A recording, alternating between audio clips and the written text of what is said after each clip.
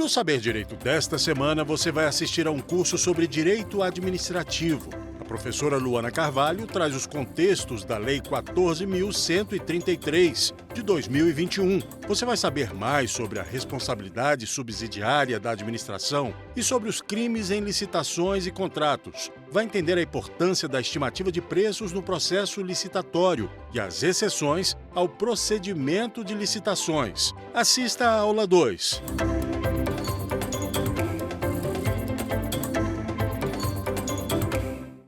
Olá, sou a professora Luana Carvalho, é um prazer retornar com vocês aqui hoje.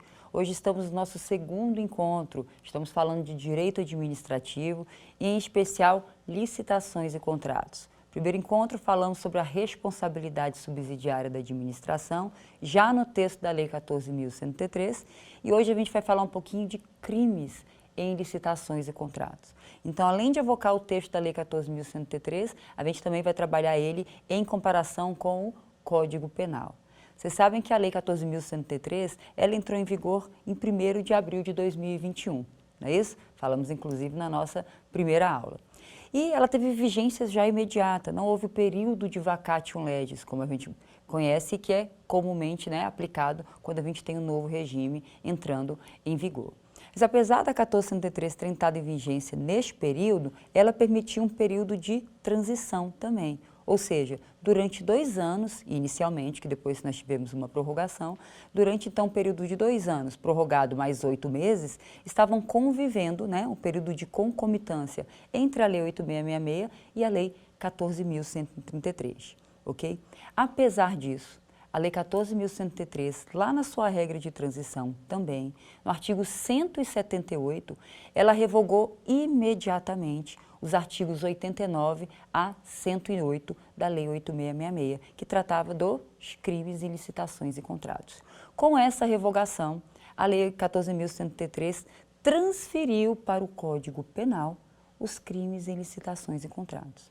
Então, mesmo nesse período de concomitância que nós vivemos e que findou agora em dezembro de 2023, mesmo nesse lapso temporal de concomitância, os crimes em licitações e contratos, independente do normativo, independente se é Lei 8.666 ou se é Lei 14.133, estão em vigor todos lá no Código Penal.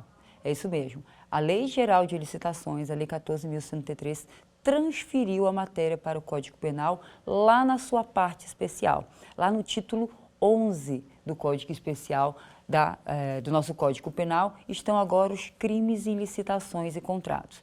Eles estão no contexto de crimes com a administração pública, né? E lá nos artigos 337E até 337P, realmente estão os crimes que antes estavam no artigo 89 a 108 da Lei 8.666.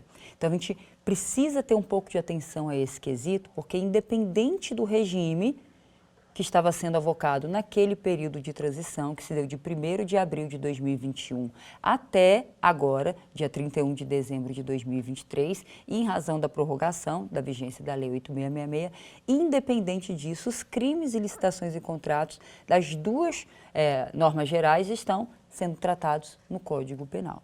E o que a gente vai fazer aqui hoje é avaliar essa estrutura que foi avocada dentro do Código Penal, fazendo um comparativo em razão do texto que existia na Lei 8.666. Então, a gente vai comparar a estrutura quando esses crimes estavam dentro de um regime geral de licitações e agora como que eles estão se comportando estando no texto geral do Código Penal. Ok? Então, a gente vai utilizar a técnica aqui de transferência de conhecimento hoje, a técnica comparativa. Vou comparar os crimes que estavam na Lei 8.666 com os crimes que a 14.133 transferiu para o Código Penal, tá? Então, a gente vai utilizar a técnica comparativa.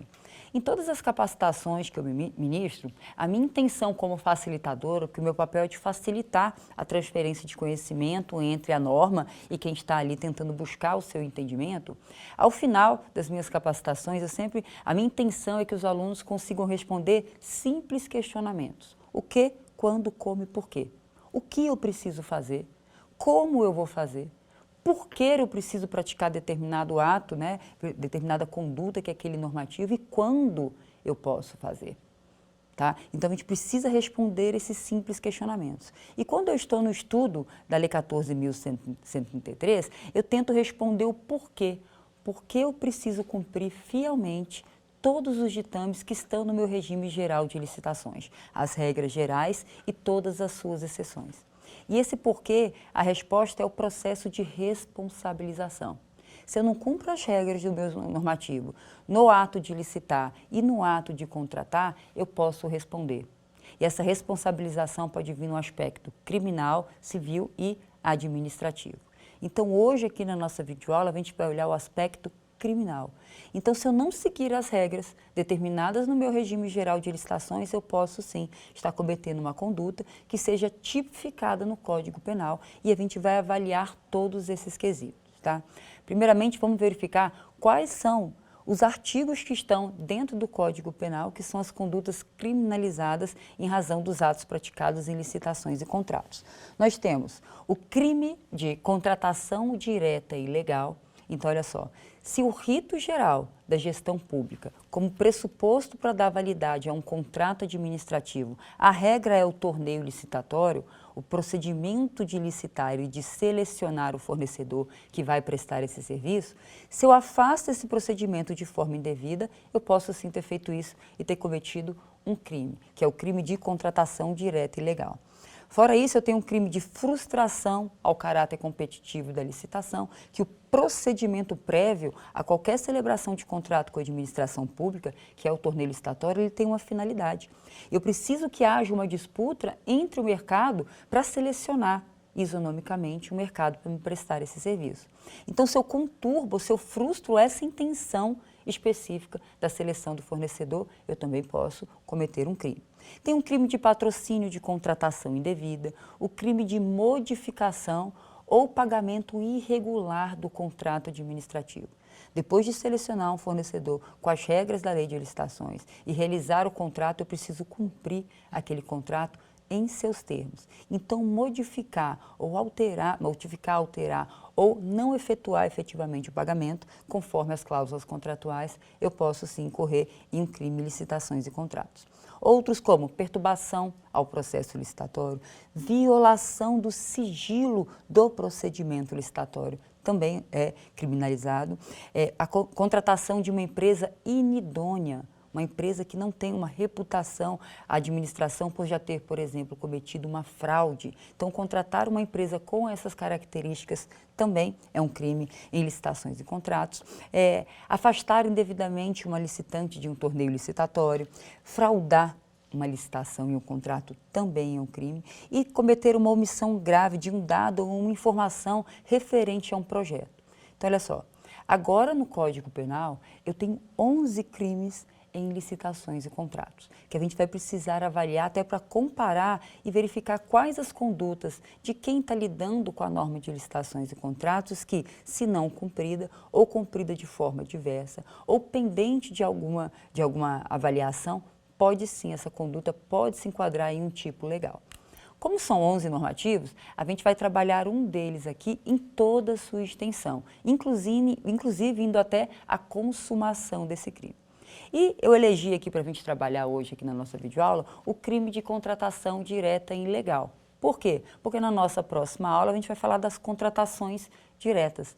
Não falei que o pressuposto da gestão pública para dar validade a um contrato administrativo não é ter previamente um procedimento licitatório? Só que, vez ou outra, uma dada situação de fato ou de direito pode me revelar que esse instituto regular ele não é o mais propício para atender o interesse público. Então, em algumas hipóteses, o legislador fez inaugurar as contratações diretas. Eu afasto a seleção do fornecedor e contrato diretamente alguém para me prestar o serviço ou para me fornecer o bem. Então, aqui a gente vai trabalhar o crime de contratação direta e ilegal, já que a nossa próxima aula nós vamos trabalhar as contratações diretas. Então, a gente vai conseguir fazer um link geral entre as condutas que podem ser criminalizadas em razão do contexto das contratações diretas. Ok? Então, vamos lá. O crime de contratação direta e ilegal, ele é o primeiro artigo lá do Código Penal na categoria licitações e contratos. Ele está lá no artigo 337E. E como eu falei, a gente vai trabalhar de forma comparativa, porque como nós já estamos habituados a lidar com o regime geral de licitações, e neste caso a antiga Lei 8666, que foi revogada totalmente agora em dezembro de 2023, gente, a lei foi revogada, mas os efeitos da Lei 8666 ainda se perpetuam. Então, os contratos que foram firmados até dezembro de 2023, até o final da sua vigência, vão ser regidos com base na Lei 8666. Então, se revogou totalmente, mas os efeitos dela ainda se propagarão no tempo aí, enquanto estiverem vigentes os contratos que foram firmados, enquanto ela ainda estava em plena operação. Então, como a nossa técnica vai ser comparativa, primeiro eu vou descrever o tipo penal previsto, lá também era o primeiro artigo na Lei 8666, que era o artigo 89. Olha o que falava o artigo 89, quando regido pela Lei 8666. Dispensar ou inexigir uma licitação fora das hipóteses legais. Por quê? As hipóteses de afastar o torneio licitatório e contratar direta estão devidamente descritas no texto da Lei Geral de Licitações. Então, aqui, a primeira conduta era dispensar ou inexigir fora das hipóteses que estavam previstas em lei. Ou deixar de observar uma formalidade também prevista aqui no regime. Então, inexigir ou dispensar fora das hipóteses legais ou deixar de observar uma formalidade.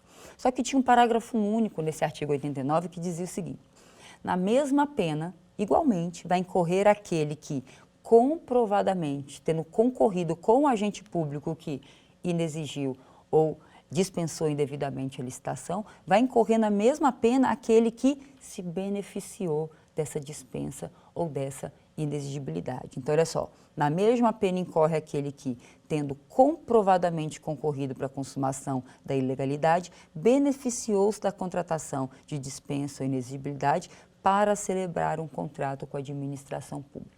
Tá? E a pena era detenção, 3 a 5 anos e a multa. Vamos ver como que o efeito do artigo 178 da Lei 14.103, que transferiu para o Código Penal, vamos entender como é que está agora essas condutas dentro do artigo 337-E do Código Penal. Vamos lá.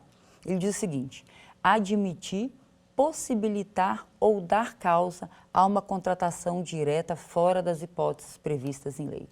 Só que agora, qual é a lei? 14.103, mas vamos lá. Ele fala admitir, possibilitar ou dar causa a uma contratação direta e legal fora das hipóteses previstas em lei. E a pena, reclusão agora, ao invés de detenção, de 4 a 8 anos e multa, tá? Quando a gente faz a leitura objetiva, de forma comparativa desses dois artigos, o que constava do artigo 89 com o que consta agora do artigo 337-E do Código Penal, duas perguntas acontecem quase que de forma automática. Teve mudança na tipificação penal? O tipo penal mudou? A outra pergunta, teve alteração na pena, no quanto da pena e na repercussão efetiva daquela pena? Então, são essas duas perguntas que nós vamos trabalhar para entender de forma comparativa o que é o crime de contratação direta e ilegal. Estava sendo tratado no artigo 89 da Lei 8666, quando inserido no regime jurídico administrativo, e quais são as condutas que são criminalizadas agora no Código Penal, nos 337-E. A gente vai fazer de forma comparativa e vai responder a efetivamente esses dois quesitos. Vamos lá. Primeira pergunta, ocorreu mudança da tipificação penal? Vamos avaliar. Na Lei 8666, 3 condutas eram criminalizadas. Quais? Primeira, dispensar e exigir a licitação fora das hipóteses legais. Se eu tenho no texto da Lei Geral de Licitações as hipóteses que eu posso afastar o torneio licitatório, afastar o torneio fora dessas hipóteses, conduta que é tipificada.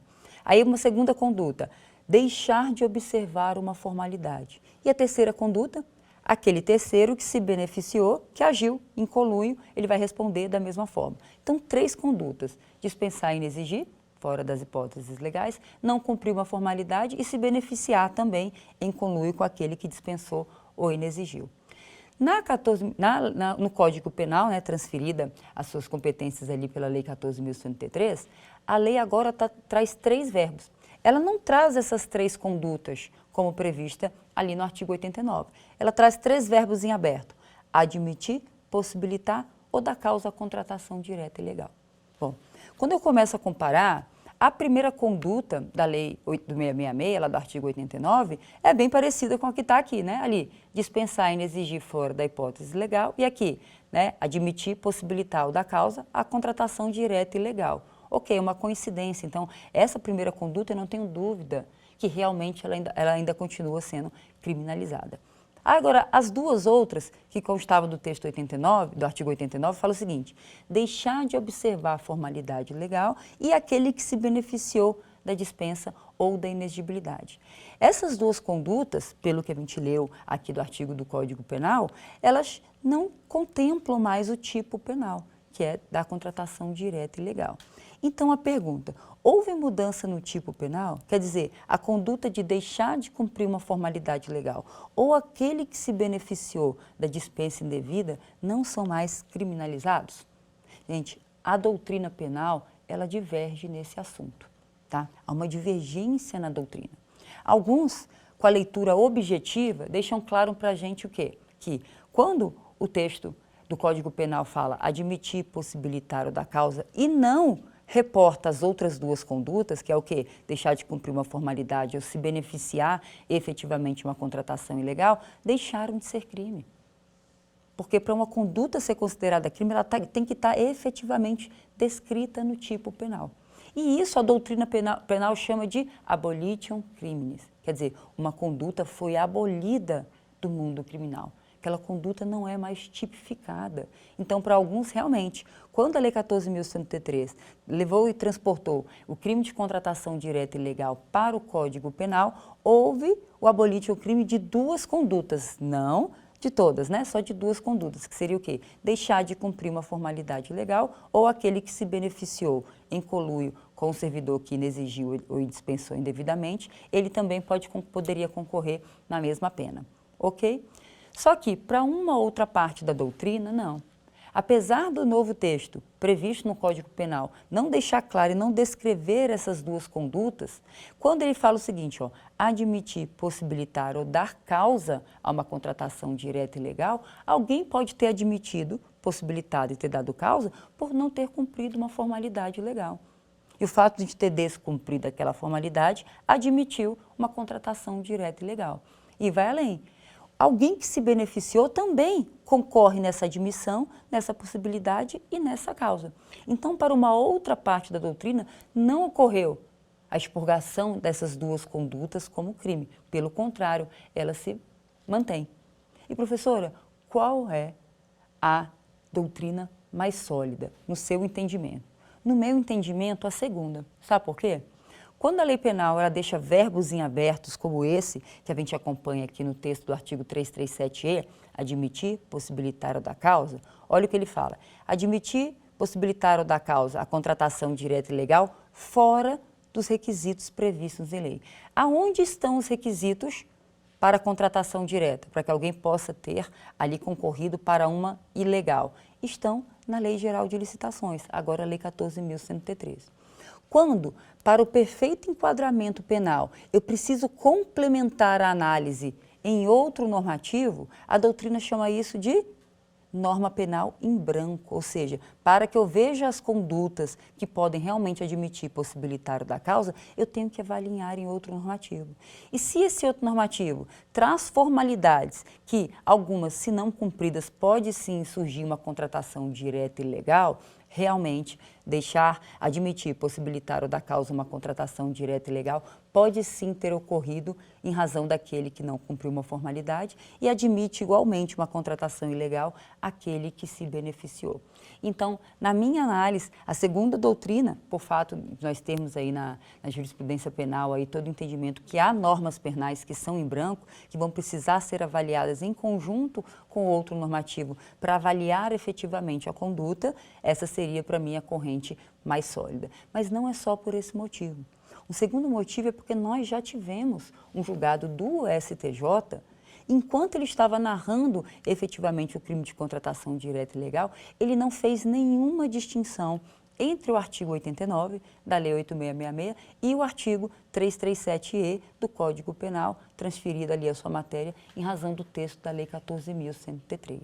Então, se ele não fez distinção, quer dizer que, apesar da redação distinta, enquanto aqui eu trago só verbos em abertos e no outro eu trazia as 3 condutas, para ele não houve alteração da tipificação penal. Ok? Então, até aí a gente foi agora para tentar responder essa segunda pergunta. Teve mudança entre os regimes gerais de licitações em razão do crime de contratação direta e ilegal? Princípio, não. Não é isso? Então, não houve ali a extinção da punibilidade como uma parcela da doutrina aí está sustentando em razão do princípio ali do abolition crimes. Ok? Mas vamos lá, vamos continuar aqui com a nossa consecução, porque olha só, eu preciso aqui agora responder ao segundo questionamento, não é isso? A gente perguntou, houve alteração do tipo penal? Princípio, não. Agora, teve mudança na pena e no tipo da pena e no quanto da pena? Vamos observar também de forma comparativa. No texto do artigo 89 da Lei 8666, a pena para quem inexigisse ou dispensasse fora das hipóteses legais, deixasse de cumprir uma formalidade ou aquele que se beneficiou também de uma contratação direta e ilegal, a pena era de detenção de 3 e 5 anos e uma multa também. Então, era no requisito de detenção, o lapso temporal ali poderia ser de no mínimo 3 e de no máximo 5 anos. Com a escrita lá do Código Penal, que agora é admitir, possibilitar ou dar causa à contratação direta e legal, e a gente viu que o que vai possibilitar, o que vai admitir ou o que vai efetivamente dar uma causa a uma contratação direta e legal, a gente vai precisar avaliar as regras do texto da Lei 14.133, ok? E para quem incorria nas condutas, né, descritas na Lei 14.133, que poderiam admitir da causa ou possibilitar uma contratação direta e legal, a pena é de reclusão agora, de 4 a 8 anos e multa.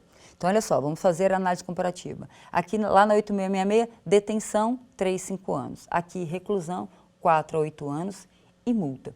Então, teve mudança na tipificação e no quanto penal? Teve. Vamos entender a extensão disso, para conseguir fazer realmente uma comparação de quando essas condutas estavam no texto geral de licitações e agora estando no Código Penal. Vamos tentar entender tudo isso. Então, vamos lá. Primeiro, vamos entender as diferenças entre detenção e reclusão, já que um era detenção e aqui no Código Penal agora é reclusão. A detenção, ela se aplica a condenações mais brandas, mais leves, crimes com menor potencial, né? E essa pena de detenção, ela pode ser cumprida em um regime semiaberto e aberto, né? E o início do cumprimento nunca vai poder ser fechado. Já agora, a reclusão, né, que é prevista agora para o crime de contratação direta e ilegal pelo artigo 337-E, ele se destina a condenações mais gravosas, não é isso? E a possibilidade da pena pode ser em regime inicial fechado, semiaberto ou aberto. Mas o maior detalhe é que, habitualmente, essa pena é cumprida em estabelecimento de segurança máxima ou média. Então, teve mudança, sim, de como que a gente vai efetivamente cumprir essa pena. Então, a mudança de detenção e de reclusão é nesse sentido, uma para crimes mais brandos, e o regime de cumprimento da pena é que também, bom, para os dois pode haver na semiaberto, o cumprimento semiaberto e aberto, mas na detenção ele pode se iniciar no fechado, sim.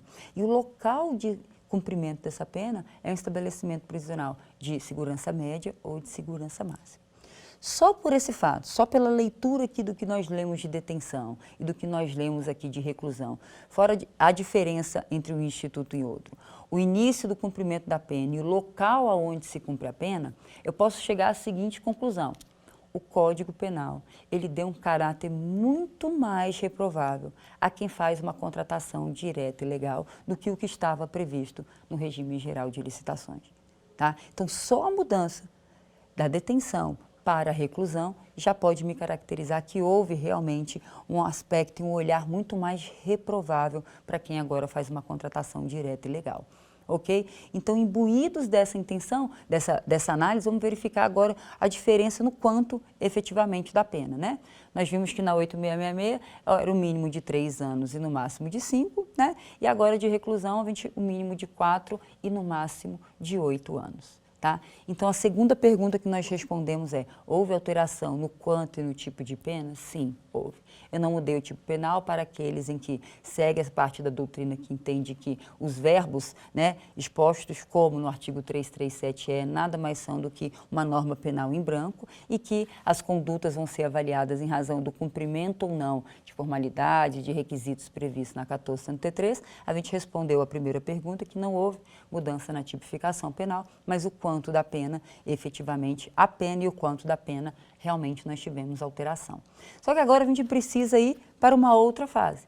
A gente já entendeu as diferenças, a gente já entendeu o quanto da pena que mudou, agora a gente precisa saber quando que esse crime ele é consumado, quando se dá a consumação para que realmente, a depender dessas condutas que eu tenha praticado no curso, né, do processo administrativo, né, ou na seleção do fornecedor, ou na execução do contrato, ou efetivamente estando no outro polo como empresa, né, como aquele prestador efetivamente de serviço, quando que ele seria consumado. Aí a gente vai lá, vamos avaliar aqui a consumação.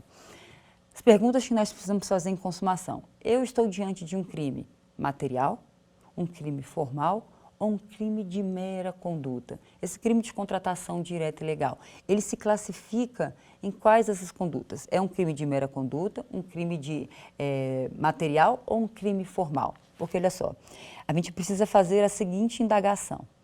Vamos pensar que o simples descumprimento de uma formalidade previsto no título, no capítulo de licitações e contratos, né, que trata ali da égide do ato de licitar e do ato de contratar. Imagine se um simples descumprimento de uma formalidade automaticamente fosse considerado crime. Porque imagina, uma simples inconformidade em um regimento que trata do ato de contratar e do ato de licitar, que é complexo, que envolve um macro processo de contratações, em que eu tenho 3 fases. Cada uma dessas fases se divide efetivamente em vários artefatos. Cada artefato tem uma atividade específica. Eu tenho vários agentes envolvidos efetivamente no processo de contratar da licitação e no processo de gerir aquele contrato. Uma inconformidade muitas vezes acontece. Então, se essa inconformidade, como né, numa leitura objetiva ali do texto do que a gente tinha na Lei 8666,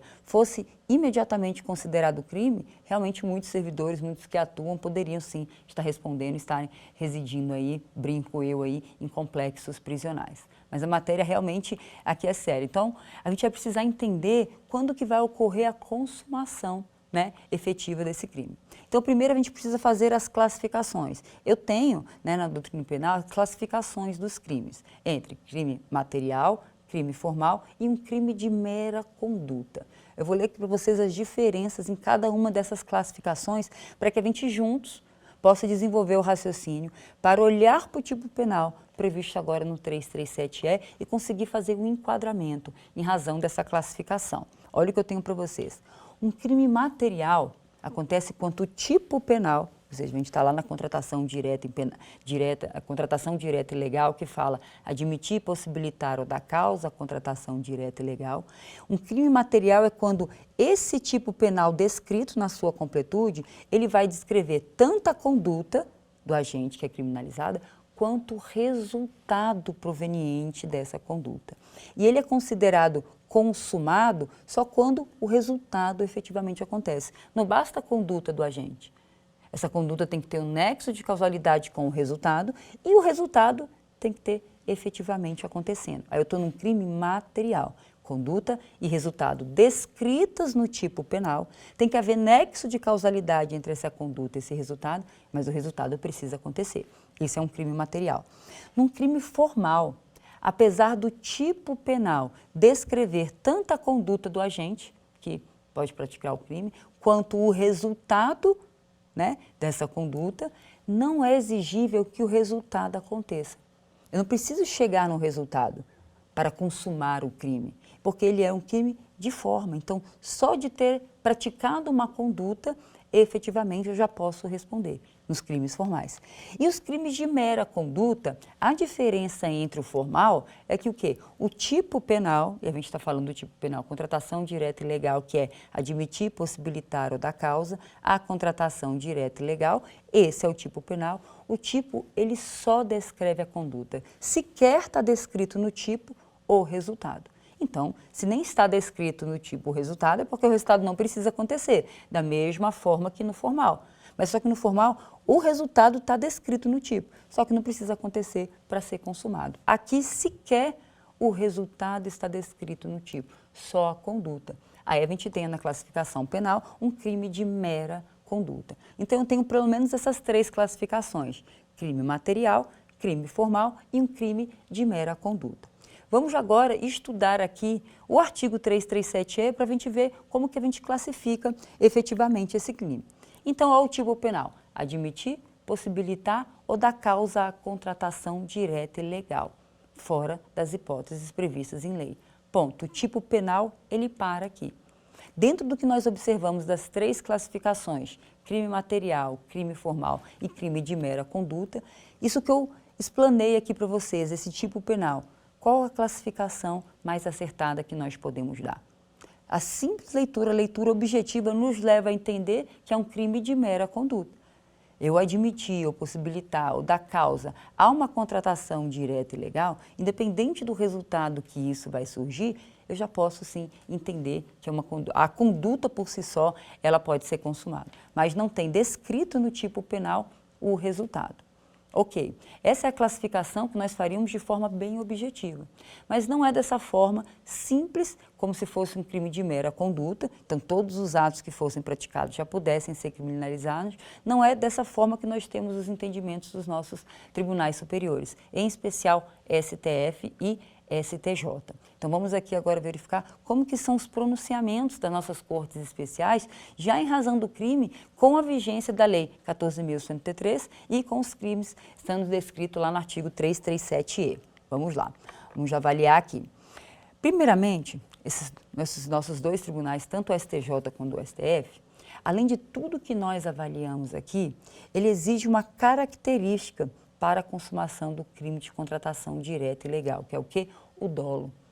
A vontade de ter admitido, de ter dispensado e de ter dado causa a uma contratação direta e legal. Então, exige um elemento subjetivo, que é o quê? O dolo, a intenção, tá? De causar.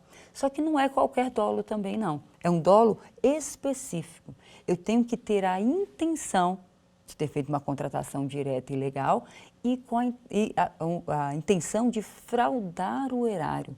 Olha só, então ele fala o seguinte, olha, para a caracterização e consumação desse crime é necessária a vontade de dispensar o torneio licitatório, descumprindo, por exemplo, as formalidades legais e a intenção de causar dano ao erário ou de gerar enriquecimento ilícito dos agentes envolvidos nessa empreitada criminosa. Então, olha só, beneficiar, não só dar um prejuízo aos cofres públicos, mas também para beneficiar um terceiro, aí sim, tendo essa característica específica, quando eu admiti, possibilitei ou dei causa, que é o quê? Um dolo específico, né? De gerar um dano efetivamente ao erário ou de beneficiar um terceiro, aí sim eu teria consumado efetivamente esse crime.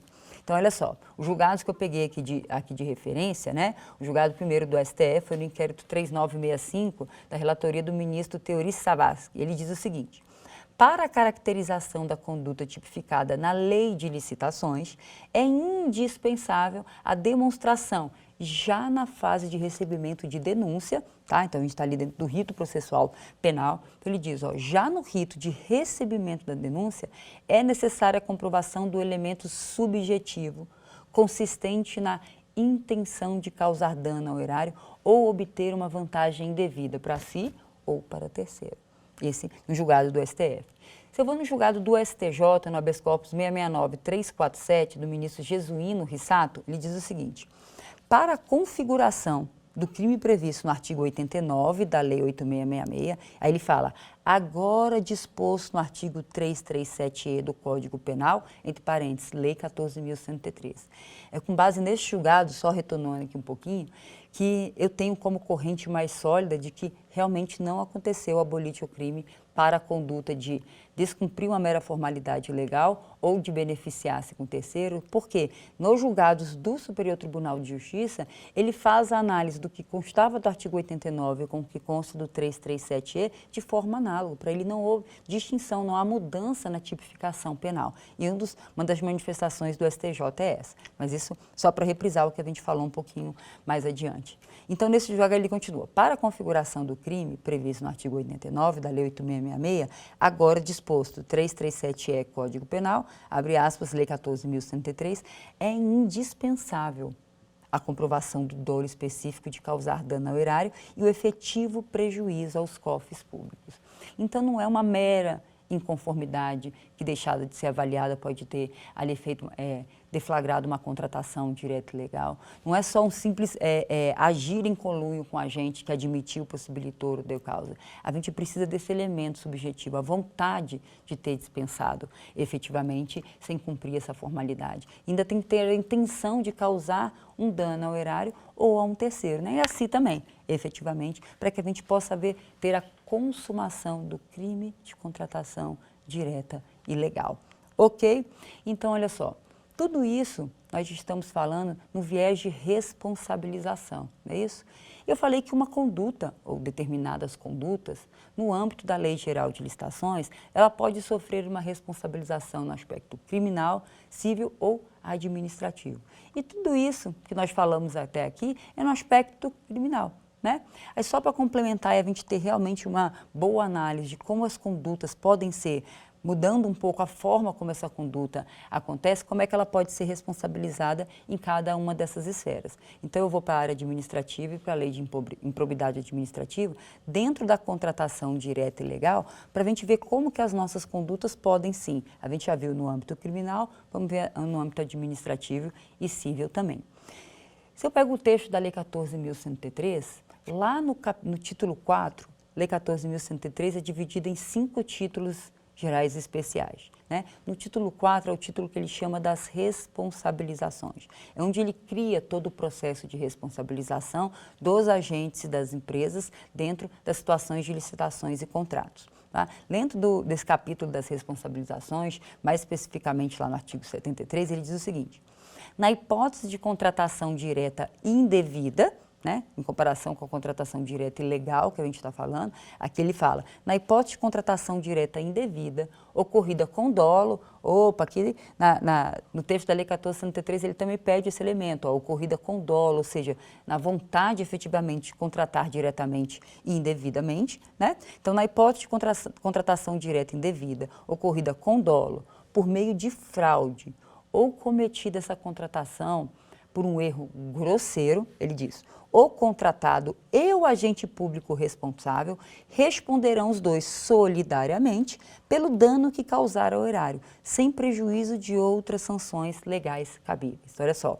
aqui a gente também tem como reprovável uma contratação direta que foi indevida, fora das hipóteses legais previstas no próprio texto da lei 14.103. E ele fala o seguinte, que nessas hipóteses, quando os agentes, né, tanto o agente público responsável como o contratado que possa ter participado junto com ele, quando ele agir com dolo, com a intenção de contratar indevidamente, quando acontecer uma contratação direta por meio de uma fraude ou por um erro grosseiro, os dois vão responder, né? Se tiver o terceiro envolvido, ele responde junto, e essa responsabilidade ela é solidária, os dois respondem, né, no mesmo quesito. Então, quer dizer que a contratação direta é um tema muito especial dentro do regime geral de licitações, porque ele é exceção.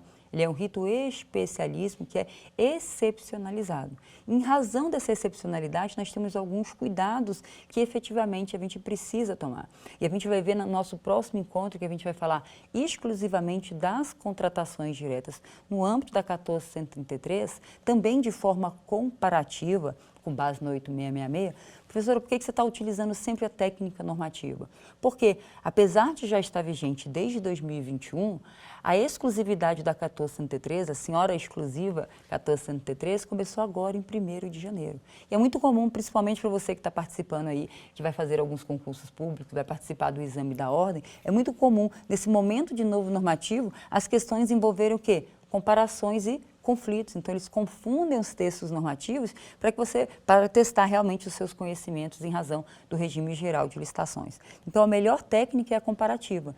Eu já conheço e já estou acostumado a lidar com o texto da 8666 e mesmo que eu não lide diretamente, eu venho estudando o regime geral de licitações com base na 8666. Então, se eu já parto dessa base, o ideal é eu comparar para eu entender só as inovações e as alterações, porque o contexto geral, a intenção do regime de licitações e contratos, a base, efetivamente, a gente já tem. Então, é muito bom a gente fazer isso de forma comparativa. Tá? O que a gente precisa chamar só atenção aqui é o seguinte, quando a lei fala que nas hipóteses de contratação direta e ilegal, agidas com dolo, com fraude ou por erro grosseiro, esse erro grosseiro a gente vai precisar ter um cuidado especial em razão da sua análise. Ele pode muito bem estar sendo cobrado, principalmente em concursos e para a prova da ordem, em situações concretas, para a gente conseguir falar e expor o que seria um erro grosseiro. Isso vem sendo palco de muitas controvérsias na doutrina e também entendimento dos nossos tribunais de contas, tanto tribunais de contas da União, quanto alguns tribunais de contas estaduais e municipais também. Porque o erro grosseiro ele é muito genérico, né? O que pode ser considerado um erro grosseiro dentro da conduta de contratar diretamente uma empresa para me prestar um serviço ou para me fornecer um bem? Quais atos, quais condutas que, se eu praticar, vão conseguir ser encaixadas como um erro grosseiro? Eu vou dar um exemplo prático para vocês. Uma capacitação que eu fazia pelo Conselho Nacional de Justiça, né, eu estava falando do papel do assessoramento jurídico, agora na Lei 14.133. E lá dentro dos participantes, eu tinha um advogado que estava dizendo assim para mim, né, que trabalhava no corpo de assessoramento, né, jurídico da administração pública, falando, professora, eu estou respondendo efetivamente em razão de ter sido considerado um erro grosseiro do meu parecer jurídico, que não avaliou uma justificativa para a indicação de uma marca. Vamos lá. O erro grosseiro, claro que ele vai ter que ser avaliado do ponto de vista da atividade do servidor ou da empresa contratada dentro, efetivamente, do seu contexto. E o que ele trouxe aqui para a gente? A regra da administração pública, o princípio, é a não indicação de uma marca específica quando ele quer adquirir determinado bem. Quando a gente vai lá para o capítulo das compras em geral, efetivamente, a regra é da livre concorrência, não é? Um dos princípios da contratação por meio do Instituto da Lei de Licitações e Contratos é o quê? Fomentar a competição no mercado, por N benefícios. Então, o princípio é fomentar a competição no mercado. Se eu indico uma determinada marca para um bem que eu preciso adquirir, eu vou inibir efetivamente essa competição. Então, a regra geral é a não indicação de marca. Todavia, há exceções, claro, em determinadas situações é necessário haver uma indicação de marca. E a lei coloca alguns requisitos para que eu faça a indicação dessa marca. Mas o pressuposto de validade daquela contratação que indicou uma marca é o quê? A justificativa. É a justificativa que dá a legalidade da inclusão daquela marca e da necessidade da administração adquirir ou não um produto com uma marca específica. Então, se esse é o pressuposto da legalidade, já que a regra geral é não indicar uma marca para fomentar a competição ao mercado, né, e atingir um dos princípios da regra de gestão pública, a legalidade se dá com a justificativa, mas não ocorreu essa justificativa. Então, se não houve a justificativa, o que aconteceu? Aquele parecer que avaliou a construção daquele processo administrativo, para dar o parecer de legalidade, a justificativa era uma condição de legalidade para aquela construção. E aí, no contexto do assessoramento jurídico, que avalia os aspectos legais da contratação, né? Por mais que, para alguns, no texto do 8666, uma das funções do assessoramento jurídico era só a aprovação de minutas, e nunca foi, mas agora com a 1473 nós temos o papel do assessoramento jurídico em um contexto muito mais amplo mesmo, não só de aprovar os documentos, mas de avaliar a legalidade como um todo na regularidade da instrução, no contexto do parecerista jurídico. Pode sim que aquela conduta, já que a regra geral é a não indicação e que para indicar tem que ter justificativa, esse é o pressuposto de legalidade, para quem está nessa atividade pode sim ter cometido aí a sua ação pode ter sido induzida realmente por um erro grosseiro. Seria diferente essa consecução se eu olhar para demais agentes e demais aspectos e outras fases da contratação. mas aqui é porque, como o erro grosseiro, ele vem sendo realmente muito cobrado, e os servidores hoje que atuam no processo de contratação realmente ficam com receio do que ser considerado erro grosseiro. E também eles podem utilizar aí nas provas de concurso e da ordem ali, alguma situação concreta para você identificar se pode ser considerado ou não erro grosseiro. O que eu peço é que avalie o contexto. Aqui eu estou falando no contexto de assessoramento jurídico, que tem que verificar a legalidade da contratação, tá? Mas aqui é só para que a gente aproveitou aqui a redação do artigo 73 para expor isso aqui primeiro para vocês, tá?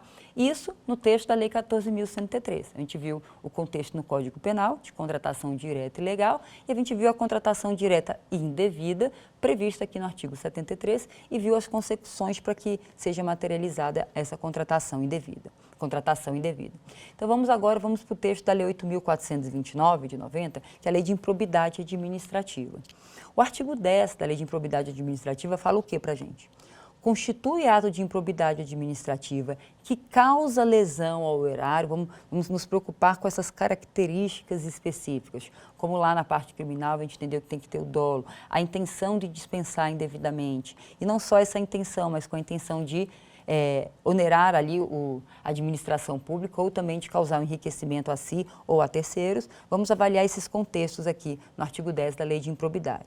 Então, constitui ato de improbidade administrativa que causa lesão ao erário qualquer ação ou omissão dolosa que ensede efetiva e comprovadamente perda patrimonial, desvio, apropriação, malbaratamento ou dilapidação dos bens e haveres das entidades da administração pública. Aí ele vai lá para o inciso 8º, que é onde eu queria chegar, que diz o seguinte: frustrar a licitude do processo licitatório ou processo seletivo para celebrar parcerias com entidades sem fins lucrativos ou dispensá-lo indevidamente, porque esse inciso 8º aqui do artigo 10 da Lei de Improbidade está falando também da dispensa de forma indevida, da contratação direta indevida. Por isso que eu trouxe ele aqui à nossa leitura. Ou dispensá-lo indevidamente, acarretando perda patrimonial. Então, olha só, a conduta também é um ato de improbidade administrativa, desde que, claro, contenha todas essas características que nós falamos aqui.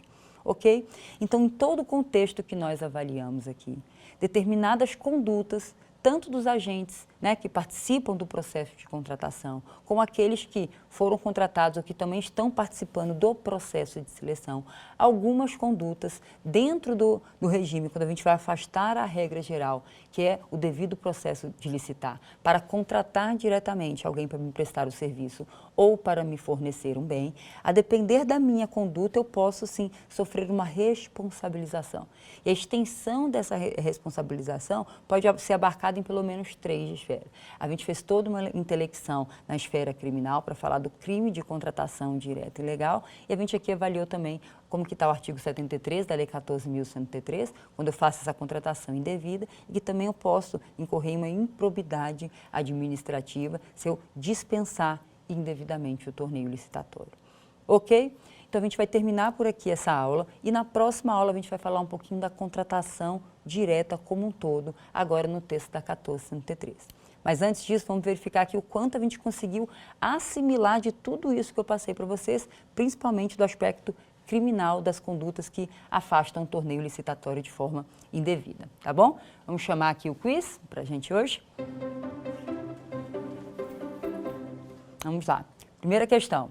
De acordo com o Código Penal brasileiro, na parte que trata dos crimes em licitações e contratos administrativos, assinale a assertiva correspondente ao crime de admitir, possibilitar e dar causa à contratação sem licitação. Qual é a característica, né, desse crime previsto agora no Código Penal? É o crime de frustrar o caráter competitivo da licitação? É o crime de patrocínio de defesa indevida? É o crime de modificação de pagamento regular? É o crime de contratação direta ilegal? Olha o texto que a gente tem na narrativa, o crime de admitir, possibilitar ou dar causa à contratação sem licitação. Vamos ver a resposta aqui do nosso quiz? É a letra D, contratação direta e legal. Claro que depois que a gente faz a explanação aqui, como nós fizemos ligeiramente, e a gente sabe que efetivamente o tipo penal é admitir, possibilitar ou dar causa à contratação sem licitação, isso é a contratação direta e legal, mas muitas vezes, a depender de como vai estar descrita na sua indagação, isso pode ser confundido com a frustração ao caráter competitivo da licitação. Muitos confundem, né? Porque se eu frustrei a licitação, eu posso efetivamente ter contratado diretamente o ente. Mas aqui, como a gente trouxe exatamente o tipo penal, admitir, possibilitar ou dar causa, é realmente o crime de contratação direta e legal. Vamos para o próximo quiz. Olha só. Enquanto a antiga norma, que antiga norma? Lei 8666, né, que foi revogada agora em dezembro, enquanto a antiga norma punia o ato de dispensar ou inexigir licitação fora das hipóteses previstas em lei ou deixar de observar formalidades pertinentes à dispensa ou inexigibilidade, a atual, qual atual? É a Lei 14.133, mas não está no texto da 14.133 porque ela transferiu para o Código Penal. Então, o Código Penal atual refere-se ao ato de admitir, possibilitar ou dar causa à contratação direta fora das hipóteses previstas em lei. Apesar da conduta admitir, possibilitar ou dar causa à contratação direta compreender a primeira parte do que estava também previsto no texto da Lei 8666, a nova redação abandonou por completo duas condutas, que é a formulação de deixar de observar a formalidade pertinente à dispensa ou inexigibilidade. Olha só, esse trecho que eu extraí de um acórdão do STJ manifesta o que para a gente? Que nós estamos diante de quê? De um crime, de uma norma penal em branco, de um abolite um crime ou de uma retroatividade penal. Tudo isso que ele descreveu no acórdão, deixando claro, o antigo texto... nós tínhamos 3 condutas que poderiam ser criminalizadas e agora nós temos uma única conduta, admitir, possibilitar ou dar causa à contratação direta. Em tudo que nós estudamos dentro do direito penal, o que isso se transforma em princípio? É a norma penal em branco, abolite um crime ou a retroatividade penal? Vamos para a resposta do nosso quiz? Olha, a leitura objetiva ia reportar a gente para o abolitium criminis, porque se você tem um texto que está dizendo para você que a redação abandonou por completo algumas condutas, quer dizer que essas condutas deixam de ser criminalizadas. E isso na doutrina penal é o abolitium criminis. Para a contratação direta e legal, aqui na nossa videoaula a gente foi um pouquinho além. A gente falou de divergência doutrinária, falou efetivamente os requisitos, né? E para nós o conceito que nós temos final é que não houve mudança do tipo. Mas o texto aqui no nosso quiz, quando ele fala abandonou por completo, isso na doutrina penal se chama abolitium criminis. Vamos para a próxima? Próximo quiz? Agora é um estudo de caso, para a gente colocar aqui efetivamente em prática aquilo que a gente avaliou. Vamos ao caso. Maria, servidora pública estatutária, deu causa à contratação direta do escritório de advocacia de um amigo próximo para emitir um parecer favorável ao ente administrativo. Maria, assim, agiu para beneficiar o seu colega. Logo após, verificou-se que o advogado não tinha notória especialização. Mas só para a gente avaliar primeiro aqui o contexto do nosso estudo de caso, para uma contratação direta para serviços de advocacia, que é possível ter uma contratação direta, eu preciso de 3 requisitos.